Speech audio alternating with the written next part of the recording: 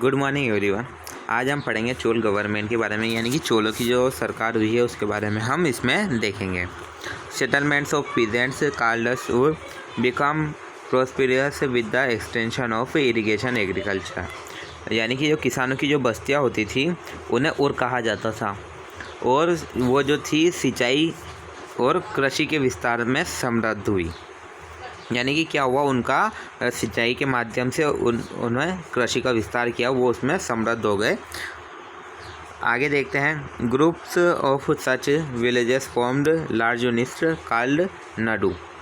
ऐसे गांवों के समूहों ने बड़ी इकाई बनाई जिन्हें नाडू कहा जाता था। यानी कि क्या होता था, अब छोटे छोटे जो गांव होते थे उनका समूह मिलकर एक बड़ी इकाई बनी जिसको नाडू कहने लगे, नाडू कहा जाने लगा। The village council and the Nadu had certain administrative functions such as dispensing justice and collecting taxes। अब क्या हुआ, ग्राम परिषद के और नाडू में कुछ प्रशासनिक कार्य थे, जैसे कि न्याय का वितरण और करों का संग्रहण।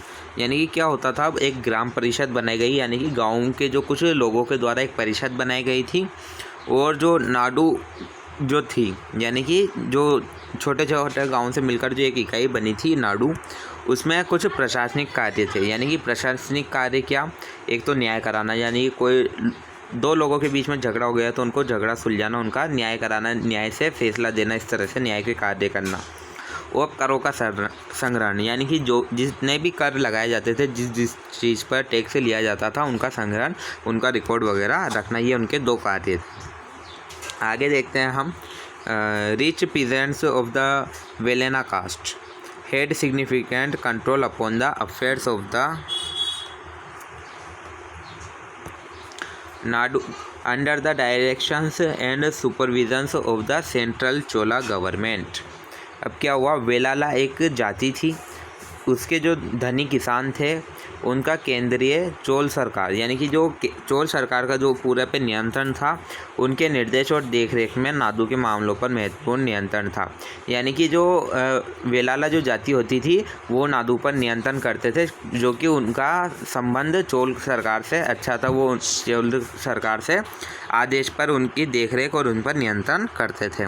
The Chola king granted several rich landowners titles like Muvendalam, a velum of peasants serving three kings, Arayar chiefs etc. as markers of respect, and instructed them with major designations and officers of the state at the center। आगे क्या हुआ, चोल राजाओं ने कई अमीर जमींदारों जो थे और मुंबई लंदन, यानी कि इसमें किसान होते थे जो 3 राजाओं की सेवा कर रहे थे। अरियार जो प्रमुख होते थे आदि को सम्मान के रूप में सम्मानित किया गया, यानी कि उन सबको एक उनका सम्मानित किया गया और उन्हें केंद्र में राज्य के प्रमुख पदनामों और कार्यालयों को सौंपा। यानी कि क्या हुआ, कुछ जो बड़े बड़े लोग थे, जमींदार वगैरह, जिनके पास पैसा वगैरह अच्छा था, अच्छे रोजगार थे जिनके पास, उनको क्या करा, जो वहाँ की जो प्रशासन था उन्होंने उनको सम्मान करा, और जो राज्य के जो होते हैं बड़े बड़े पद, उनको उनका प्रमुख बना दिया गया, उनके पदनाम रख दिए गए, और उनके कार्यकाल यानी कि उनके कार्यालय उनको सौंप दिए गए, बड़े बड़े कार्यालय। आगे देखते हैं हम। We have learned that Brahmins often received land grants of ब्राह्मणदेया। हमने सीखा कि ब्राह्मणों को अक्सर भूमि अनुदान या ब्राह्मणदेया प्राप्त होता है। यानी कि हम देख सकते हैं कि जो ब्राह्मण जो जाति होती है, ब्राह्मण जो लोग होते हैं, उनको ज़्यादातर जो लोग भूमि अनुदान में दे देते हैं, दान कर देते हैं लोग, भूमि वगैरह उनको दान में ही बहुत सारी चीज़ें दे दी जाती है। As a result a large number of Brahmans settlements emerge in the Kaveri valley and also in other parts of South India.